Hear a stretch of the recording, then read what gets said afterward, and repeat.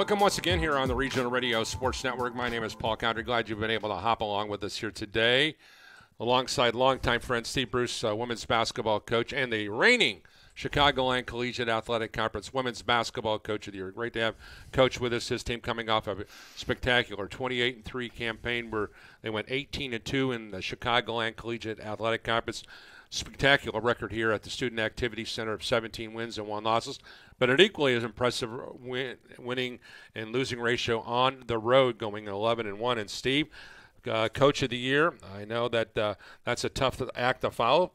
Congratulations, first and foremost. Well done, my friend. Yeah, thank you very much. I appreciate that. Not to be cliche-ish with this, but that could never happen unless we had the right kids on our team and the right kind of players and assistant coaches and everything. It's a team game, and that's what it's all about. That's what it'll always be all about. But thank you. When you think back on the journey here, and getting to the point where the last 4 or 5 years we've gone through so many wide varieties, from COVID to bringing in what I think, and talking with the girls earlier today, this senior class, Emma and the guard girls, kind of rewrote the history books. And this book will be looked back upon and thinking those 3 young ladies kind of transform Indiana University South Bend women's basketball, their signature, along with the other people in the program. Sure. But those 3 gals will look, history will be very, very kind to them. Let's put it to you that way. Yeah, absolutely. They've been difference makers. I think in their 4 years. Now, of course, the COVID year we played 4 games. Right. So they lost out on that. But over that 4-year period here, I think those guys are 82-18 maybe. Amazing. So, and Emma Fisher is on track to be the all-time assist leader here. I think she needs mid-120s. She had 136 last year, assuming that she stays healthy. That should happen. Maddie and Katie, again, assuming/hoping they stay healthy and score what they typically would score, they're going to leave here as the all-time first and second leading scorers in the history of IU South Bend women's basketball. So they certainly have put a stamp on things. Yes, they have. Steve Bruce, our special guest here on Women's Basketball Media Day here at IU South Bend. Steve, when you look back on last year's group, and there were a lot of pieces of the puzzle that made last year really, really special, and we've already talked about the 3, and we'll talk about them more. But if you look back on the dynamics of your group, can you speak to some things that you were really, really excited about to see that team develop into? And then conversely, how some of those growth areas are going to parlay into the 23-24 campaign. Yeah, so, we were very optimistic going into last season, thought we had all the right pieces in place. With the addition of Tia Chambers Sure. coming over from Kokomo, that was the one spot we needed to fill up with Courtney Haynes graduating. Tia was the perfect fit. She was ready for a change, and she added that rebounding presence, that inside scoring presence, all those kind of things. We had certainly very good depth on the perimeter. So everything was in place for us to have a good season. And I think I've said this to them many times, and I'll say it again this year, but, IU South Bend has a chance to be great if IU South Bend doesn't lose to IU South Bend. And interestingly enough, I don't know if you guys watched the Notre Dame-Louisville game the other day. They were interviewing Marcus Freeman at halftime, and he said something similar to that. He said, Notre Dame we can win this game if we don't lose to Notre Dame, right? So, and so what we were able to do was take the group that we had and do the things that we needed to do so we wouldn't lose to IU South Bend, if that makes sense. Team attitude, work ethics, selflessness, all of those things that really are the root of success, So things went very well last year. Certainly we were disappointed we didn't get out of the first round. I mean, that's the next step for us here. We're trying to accomplish this year. I don't know. I don't have a good explanation.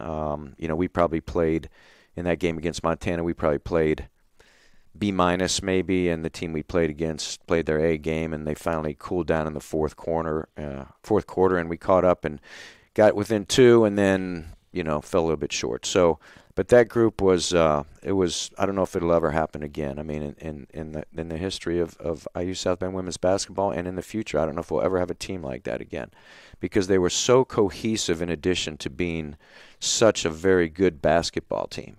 And I also think that, and you guys could attest to this better than I, but I think they're a fun team to watch play. They are. Oh, yeah. Because we're going fast and we're playing. Sometimes our defense can just really be hellish on people, and it's they play with joy, and we're going to hope to try to repeat that.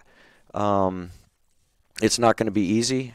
I like where we're at this year. We've got some kids who are going to step up that were kind of in the background last year because we had Sarah Doy and Rachel Robards. We had Jasmine Watts here, who quietly is a very, very good offensive player, and she's got a chance now to show her skills. And then Amaya Rufus has a chance to step in and move into the limelight a little bit. Sullivan Kessler's another gal who's really worked hard this summer. She's going to help us, backing up Emma at the point guard. We got a kid from Youngstown State, Tenley Phelps, who's a difference maker, absolutely, when you see her play. So she'll step in, take Tia's spot, but she's really a perimeter, a true perimeter, not a post.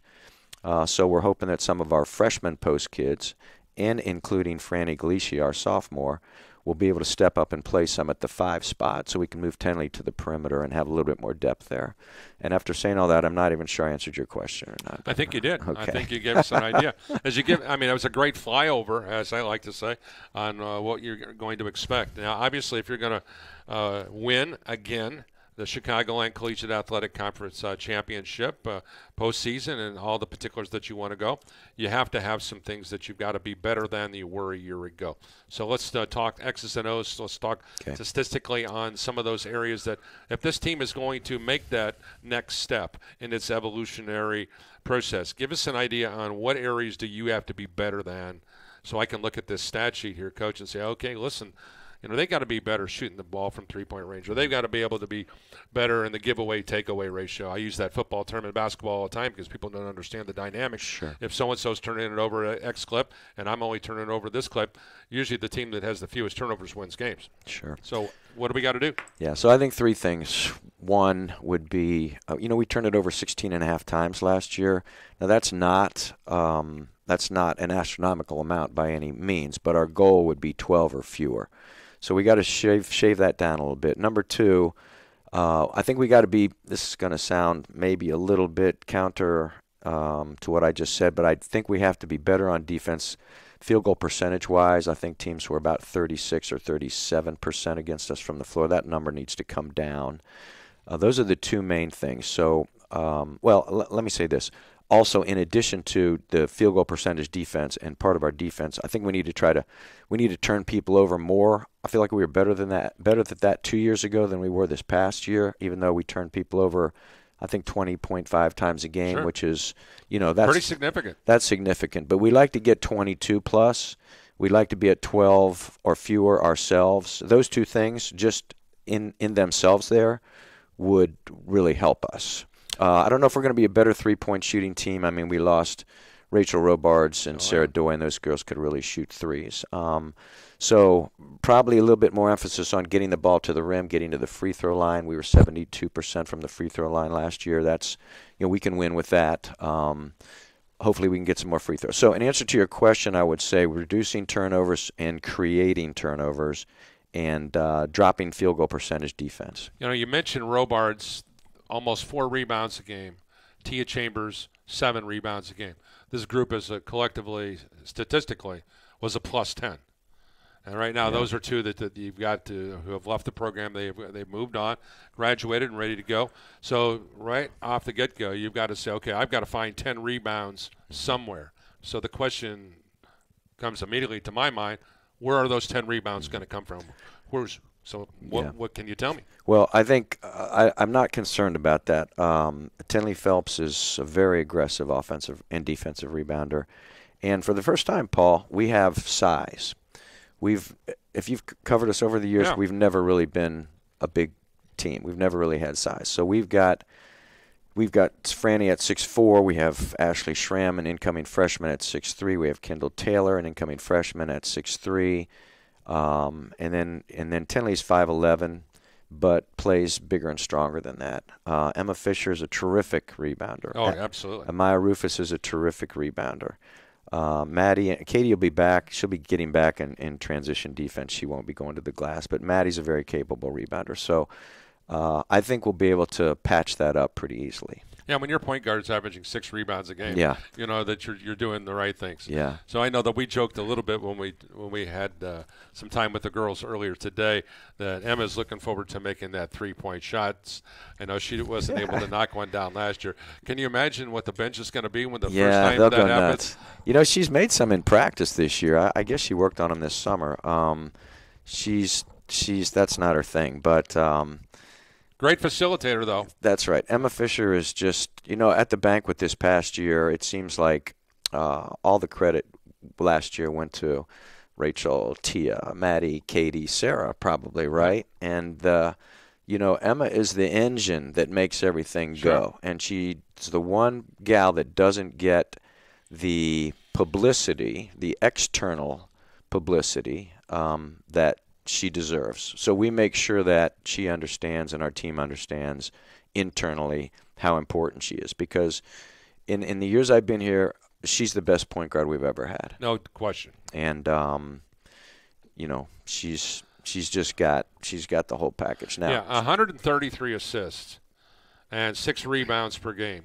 I mean, you'd be happy that if one player can give you 133 assists, but the fact that it's the same person who also is giving you 6 rebounds a game, plus her presence on the floor, she doesn't get rattled, regardless of what kind of defensive scenario is thrown her way. Yeah. And I think that, and I think when we talk with the gals and talking with Katie and Maddie, they both agree that, hey, listen, she deserves more credit.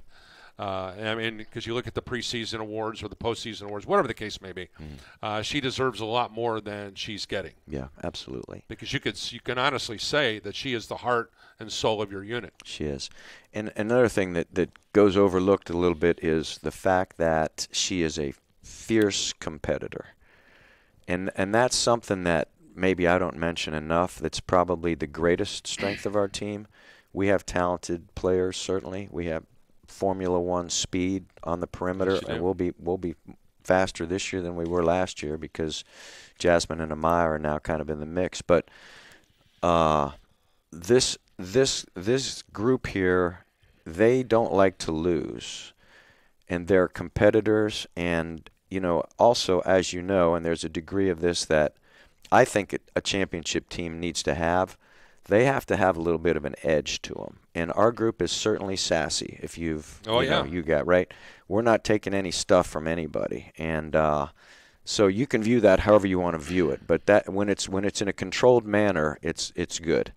And those guys got that. And Emma is, that's another thing that makes her so great. All right.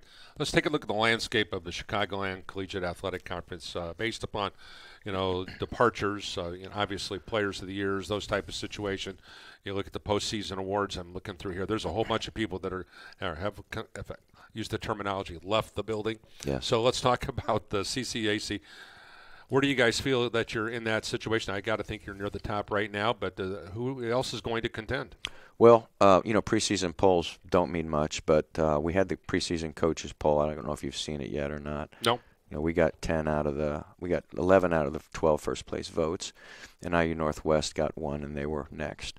Again, that's just coaches, their thoughts lead into the season. Everything's got to get done on the hardwood, but I feel like we're in a position to get to the national tournament again, and again hopefully take a step forward and get to Sioux City, Iowa. IU Northwest lost some kids, but they brought in Jessica Carruthers, who was the players. Yeah. She's an all Big East kid. She'll have a big impact on their team. The two teams they're going to be, I don't know, I guess it'll be interesting to see what happens with them would be St. Xavier and St. Francis. St. Francis was gutted with people leaving the building for graduation. They had fifth-year seniors last year. They lost a bunch of people. Now that guy's a very good coach. John's a very good coach, and he'll get them to be good, but he does not have all the tools that he has had. So question mark on them. We'll see how they do. St. Xavier, their coach, kind of made a late departure here. I don't know if you guys are aware of that, but and put them in a position where they didn't have time to find a new coach. So they moved a former player, Sidney Lovich, who was, I think, a first or second year assistant last year, into that role as a head coach, which is, that's challenging when you're 23 or 24 years old, right? They lost Claire Austin. They lost a couple grads as well. So they're another team will be, we'll see how they're going to be. Olivet Nazarene's going to be like Olivet Nazarene, probably not much change. They lost their 5 player who was their best player, but they're going to kind of keep rolling with how they play. I think 3 teams that probably deserve more love than they're getting would be Holy Cross. Number 1, Tom's brought in some new kids. He got a transfer gal who played at Penn, right, and he's got some more depth in his group this year. They're going to be better, taking a step forward. Roosevelt's got 12 new kids. They're moving to Division II. He's got 12 new kids, only 2 returners. And of those 12, they're all transfer kids from different levels. So if they can piece them all together, we'll see what happens. And then thirdly, Governor State is a team that's overlooked. She's got some players that transfer from TIU, and I think they're going to be better than people think. So that's kind of my overview. I don't want to get too wordy here, but we have 4 new coaches in our league this year. St. Ambrose, Judson, St. Xavier, and Trinity Christian all have new coaches.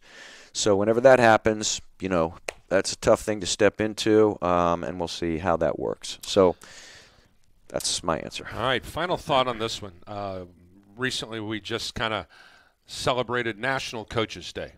Always important aspect. Okay. I sent a note to 2 of my coaches that have played a major impact in my life, and it was something, and the responses was wonderful. All my coaches have long since, several of them have passed away, but their legacy lives on in my career. I'd like for you to share with our listening audience here today, here on Media Day, the most important coach in your life. I know who this is, because I think it's something that's worth noting, because you would not have had the success that you have had. Growing up a son of a coach, let's talk about the impact that your father had in your life, and how he prepared you to be in the moment that you are right now, getting ready to really coming off a Coach of the Year performance, another national tournament bid, and an opportunity to maybe take this thing another step. Let's talk about your dad, because I know he's your most important coach. Well, I appreciate you bringing that up. I was very fortunate to grow up in a home where there was, everywhere I turned, there was love and affection and positivity and encouragement and wisdom and all those kind of things. And I have to be grateful for that, first of all, because not everyone is in that position. My dad was a high school coach. He got out of coaching, wished that he hadn't got out of it, but he kept all that coaching stuff with him and kind of helped me along. So, one of the things, I think the biggest thing that I got from my dad was, besides preparation, was the reason that you coach. And the reason that you coach is really, if we're doing it for the right reasons, the reason is you're trying to affect lives in a positive manner. And that's it, cut and dry, that's it. And I think I might have told you this story, but my parents retired down to South Carolina. After my dad working for the United States government, after he coached, they went down to South Carolina and retired down there. I went down there for Christmas one day, and my mom pointed me to a Christmas card that was on the table. And he said, hey, you need to go read that. And so I read it. It says, Dear Dale, thank you for helping me become the person that I became. And it was from a guy named Ken Lauderer, who played for him in 1956 in high school. I started doing math on that. It was 2012. So it was 66, 76, 86, 96, 06. That's 56 years later.